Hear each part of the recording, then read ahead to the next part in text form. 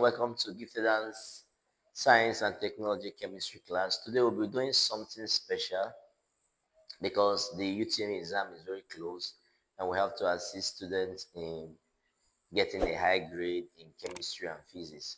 So for this period, our classes uh, arrangement will change, like what we'll be doing now today is what we'll be doing from now. Now we'll be looking at likely 2026 UTME questions in organic chemistry, but we are focusing on alkane. So after this class, we can tell you that you have for sure a good percentage to know that questions that will be derived from this section, you know them. Now let's look at question number one. It says an alkane has a formula CnH22. The value of N is dash. So what is your first take on this question? Solution one. What's your first take? What's the general molecular formula for alkane? Is CnH2n plus 2. Mind you, what are we contesting with? CnH22. That's what they gave to us in our question. But this is the general molecular formula for alkane. Now it means everything here is equal to 22. So I will say therefore 2n plus 2 is equal 22. Therefore 2n equals 22 minus 2. 2n is equals 20. Therefore, n is equals 10. So if n is equal 10, so I can say, therefore, CnH22 is equals C10H22. That becomes the answer to this question. So n is equal to 10. Let's see question number 2. Now, please take note. This is the general molecular formula for alkane. Alkyl is CnH2n plus 1. That's alkyl. Alkyl. Alkyl. Take note of that. Now, let's see question number 2. Question number 2 says, which of the following is a non-terminal carbon? Which of the following is a non-terminal carbon? Now, what is a terminal carbon? First of all, it's a carbon that is at the extreme. Not just that, but a carbon that is attached to 3 hydrogen atoms. So if I have a carbon like this, and it's attached to 3 hydrogen carbon, this carbon is called a primary carbon and is a terminal carbon. Now, when this carbon is not connected to another carbon that is connected to another carbon, this carbon can have only just 2 hydrogen. So this carbon that is attached to 2 different carbons is called a secondary carbon. A secondary carbon. Take note of this. This primary, this is secondary. But which is not a tertiary carbon? Look at this. If I have another carbon atom and I have another carbon atom, and here is now H, it means this carbon is attached to 3 carbon atoms. 3 carbon atoms. That, therefore, this carbon is now called a tertiary carbon. Take note of what I'm doing. Now remember, I come again. This first one is called a primary carbon attached to 3 hydrogens. This second one is called a secondary carbon attached to 2 hydrogens or attached to 2 carbons. Then I have another one, which is this, number 3, attached to 3 carbons. You see that? Now look at another thing here now. What about if this place was not H and is now a carbon atom also? Now remember, this can be CH3, this can be CH3, then this is CH3.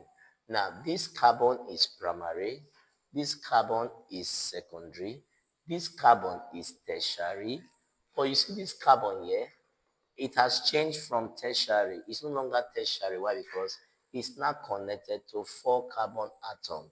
So this isn't tertiary again. So let me now give a good example. If I have it here as 3 now, it's no longer tertiary. Why? Because it has changed. Before, there was nothing here like this. It was just H.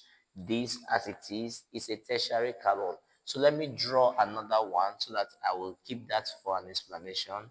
C, H, H, H, C, H, H, another C, H3, CH3, CH3. So this carbon is called a quaternary carbon. So this is secondary attached to 2 carbon atoms, tertiary attached to 3 carbon atoms, primary attached to 3 hydrogen, quaternary attached to 4 carbon. So when you now come over, you now ask yourself, you see that this is never a terminal carbon. This can never be a terminal carbon. It's only this that is a terminal carbon. What about this carbon atom here? It's still a primary, it's still a primary carbon. Why? Because it's attached to 3 hydrogen. What about this carbon here? It's still a primary carbon because is attached to 3 hydrogen. What about this carbon here? It's still a primary carbon because it's attached to 3 what now? To 3 hydrogen. So the question says, which of the following is a non-terminal carbon? The answer is what now? A primary carbon. So primary carbon are terminal carbons. And take note of how we explained the whole of them. Now imagine such a structure in a question and you are asked, the carbon 5 is what kind of carbon? Carbon 5 is what kind of carbon? So you look at carbon 5, it's attached to carbon 4 and carbon 6. That's attached to 2 carbon atoms. It means carbon 5 is secondary. Carbon 5 is secondary. So what about carbon 4? Carbon 4 here is what? Is quaternary carbon.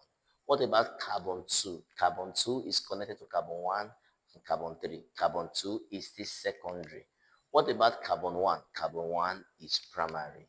So that's a good example of such. Now let's see question number 3. How many isomers has pentane? What is pentane? Pentane is C5H12. That's pentane. And how can pentane be drawn? Pentane is C, C, C, C, C, 1, 2, 3, 4, 5. Then a good way to attach your hydrogen is in this manner.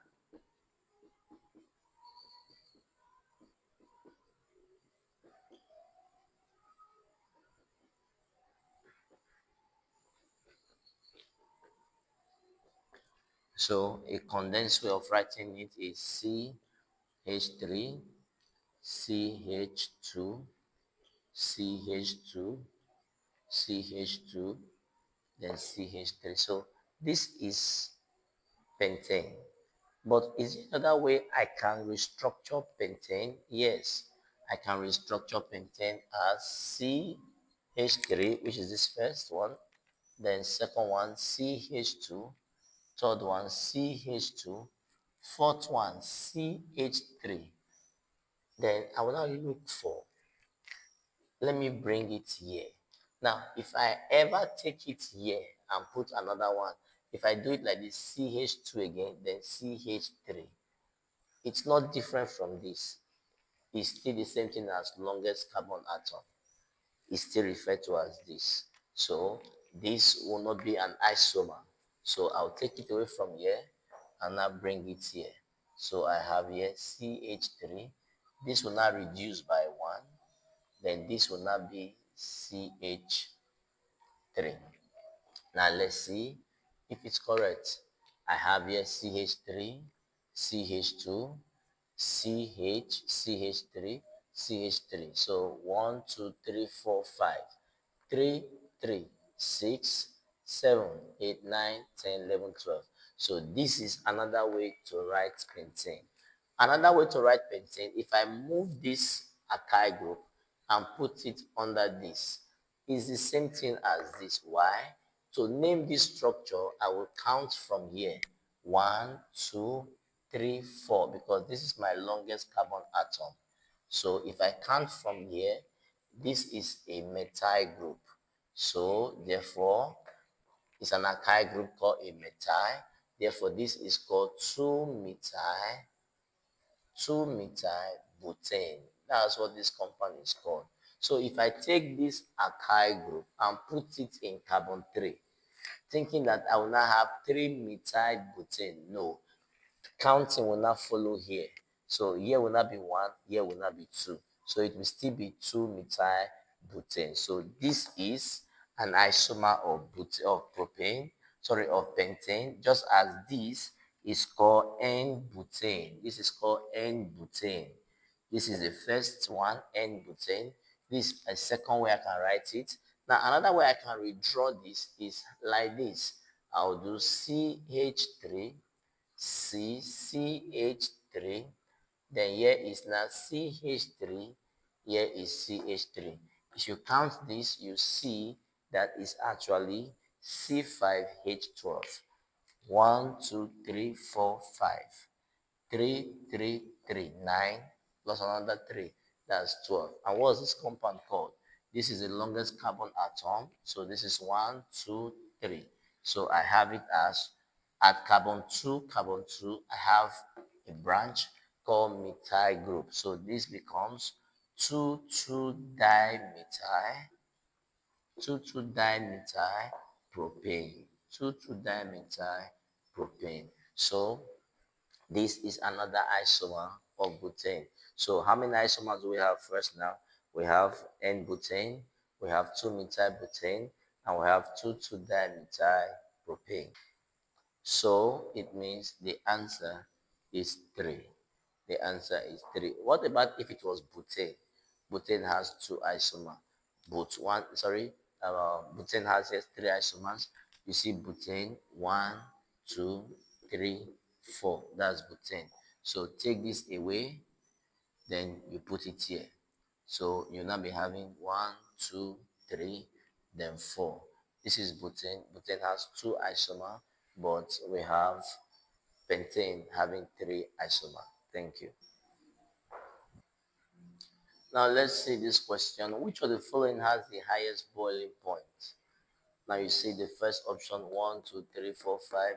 Second option 1, 2, 3, 4, 5.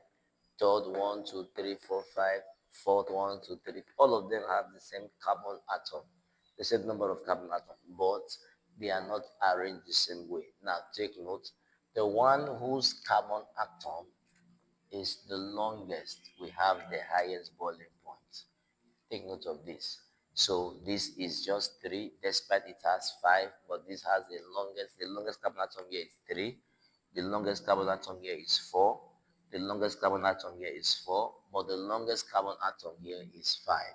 So the right answer to this question is A. Now take note that density, boiling point and melting point in alkane increases as the carbon atom increases. Take note, boiling point, melting point, and density in alkane increases as the carbon atom increases. And this is due to the increase in the van der Waals force between the molecules. Take note of that, very important. Now we have a question that says, the heating of soda lime with C3, CH3, CH2, CH2, COONA. This is an example of a sodium alkanoate. Gives dash. Now, so this is a sodium alkanoate. So when a sodium alkanoate, this is how to represent a sodium alkanoate. So it means everything here is what I'm representing as R. So plus a sodium soda lime is represented as NaOH. Now please take note, this is a mixture of NaOH plus calcium oxide. Take note of this. This is actually not sodium hydroxide, but it is soda lime. So a mixture of these two is what we call soda lime. Take note of this, very important. So we do not use sodium hydroxide. I reiterate, we do not use sodium hydroxide. Sodium hydroxide is not used. Sodium hydroxide is not used, but soda lime. Soda lime is used, and soda lime is a mixture of sodium hydroxide and calcium oxide. But in the relationship or in the reaction, we use this to express it because the mixture constitutes or contains a high proportion of these. So now, why is this used and not sodium hydroxide? Is because this is non-deliquescent. One, we use soda lime because it's non-deliquescent and it does not attack glass. But sodium hydroxide is deliquescent and it attacks glass. Remember, what is a deliquescent substance? A substance that can absorb moisture from its surrounding is a deliquescent substance. So, what will now be my reaction? My reaction will now give me sodium triazocarbonate 4 plus arrow, sodium triazocarbonate 4 plus arrow. Now this, okay, let me put it for plus an alkane, plus an alkane. So one of the ways we produce alkane is by reacting or by heating a sodium ethanoate with a soda lime. So heating soda lime with sodium ethanoate will produce an alkane. The kind of alkane that will be gotten is a function of what this arrow is. So now you see very well, this is how the ionic reaction looks like. Please take note.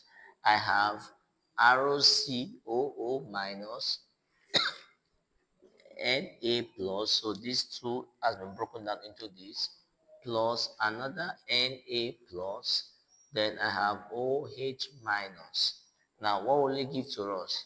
This is NaNa, that becomes Na2, NaN becomes Na2, then this is COO plus O, that becomes CO3. So I have my Na2 CO3 plus this hydrogen here is not combining with whatsoever this will have.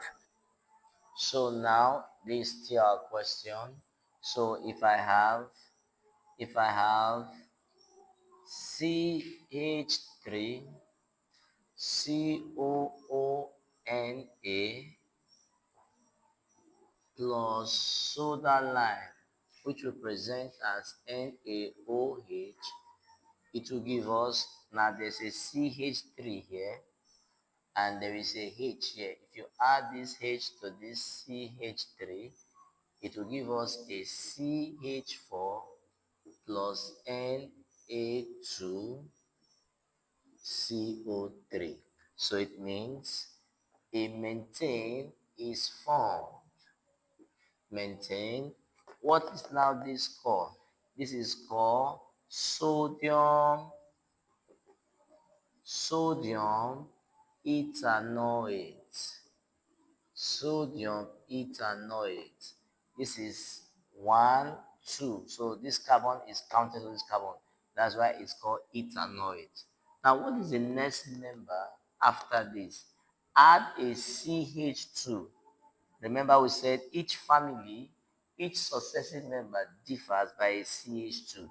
So add a CH2 to this family, to this member. What will not be the next member? It will not be C2H5COONA. This member is now called sodium propanoate. So plus soda lime. Now remember, I've told you why this is soda lime, why we use this for soda lime and not sodium hydroxide. it will not give us, now take this, add this H to this, it becomes C2H6 plus Na2CO3. This is now ethane. The next member is ethane, while this is sodium propanoate. Now, what is the next member after this? Add CH2 to this. It's now C3H7COONA. This member is called sodium butanoate. Sodium butanoate.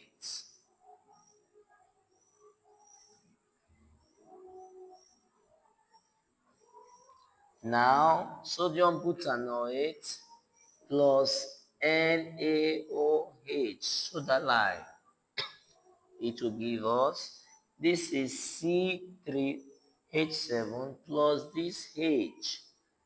What do you now have? You now have C3H8 plus Na2CO3. This is now propane. So you see how each member of the alkane is formed by subsequently increasing the next member of this alkanoid to react with this soda lime. So if you are not asked in the exam what the heating of soda lime with this gives that. So it means I have here C3, 1, 2, 3, 5, 3, 5, 7. So this is C3H7. So it means it will be C3H7 COONA plus NaOH to give us, now this is C3H7 plus this H here. It will now be C3H8 plus Na2CO3, and this is called propane. So the alkane that it will give is propane. So what is now the way you can get butane? It means instead of sodium butanoate, it will now be sodium pentanoate reacting with soda lime will now give us butane. So C4H10 is gotten from C4H9 COONA plus NaOH. It will give us this plus Na2CO3. What is this compound called? It's called sodium, not sodium butanoate, but sodium. This carbon is added to this carbon in the nomenclature. So 1 plus 4, 5. So it's sodium pentanoate. That's how it is solved. The reaction between alkane and halogen is called dash. Now take note, an alkane undergoes two major reactions. Number one is the combustion reaction. Then number two is substitution. Substitution. Take note of that. So if you check through the options, you see that substitution is the only available one there. So substitution is the right answer. So but what is a substitution reaction? I have something like this: methane plus chlorine. It will give me HCl plus, now just imagine I take one H out of this and I take one Cl out of this. What will be left will be CH3 then Cl. That's what will be left. Now take this compound and bring it here. I have here CH3 Cl plus Cl2. Now what will give to us? Now take one H from here again and take one Cl from here to have HCl plus, what will be left here will be CH2. Then what will be left here is Cl, and there is one Cl here. So if I have that, I will now have CH2Cl2. Now take this compound and bring it here now. I will now be having CH2Cl2 plus another Cl2. So I have CHCl plus, now if you watch, the hydrogen is decreasing while the chlorine is increasing. So here I will have CHCl3. Then bring that down here again to be CHCl3 plus Cl2. Now I have HCl normal plus, I reduce this one again, it becomes C. Then increase this one, it becomes Cl4. Now what is this compound called? This is called tetrachloromethane. Tetra, because it has 4 chlorine attached to the carbon atom, is something like this: Cl, Cl, Cl, Cl. So this is tetra. 1, 2, 3, 4. Tetrachloromethane. Remove 1 chlorine and add H. That's what we have here. This is now called trichloromethane. Remove another hydrogen and add H. It's now called dichloromethane. Or you can call it 1,1-dichloromethane. Now remove another Cl and add H. It's just called chloromethane. So all of these are compounds of halogens. When halogen, like chlorine, reacts with alkane, a good example is your methane. Now take note, it occurs in the presence of an ultraviolet light as a catalyst. So this reaction is substitution reaction, and it occurs in the presence of ultraviolet light as a catalyst. Now, very importantly, we'll be looking at uses of alkane. Very, very important. Now, what about uses of alkane? We have the the trichloromethane, which is also called the chloroform. What is it used for? It's used as anesthetic. Anesthetic, very, very important. It's also used for preserving biological specimens. Number 2, we have tetrachloromethane, which is a CCl. 4, it is used in laundry to remove stain, and it's also used in fire extinguisher. These are exam questions. Take note of this. They are very, very important exam questions. Then we have the triiodomethane, which is the the CHI3. It's called the idiophone. The idiophone. Now take note, this is the ideal form, but this is the chloroform. Take note, CHCl3, that is CHI3. Now this is used as a disinfectant, and it's also used as an antiseptic to kill fungi. Now we have the chlorofluorocarbon, which is either this or this. But take note, this is accurate also, where X and Y, it's known to be, some say it's 2, some say it's 4, but we can go with 4. But this is the actual way it is being expressed. Now it's used in refrigerant, and it's also used in aerosol propellant. Now take note, this compound results in depletion of the ozone layer. Why? Because of the presence of the chlorine atom, which depletes the ozone layer, which results in excess flooding. Take note.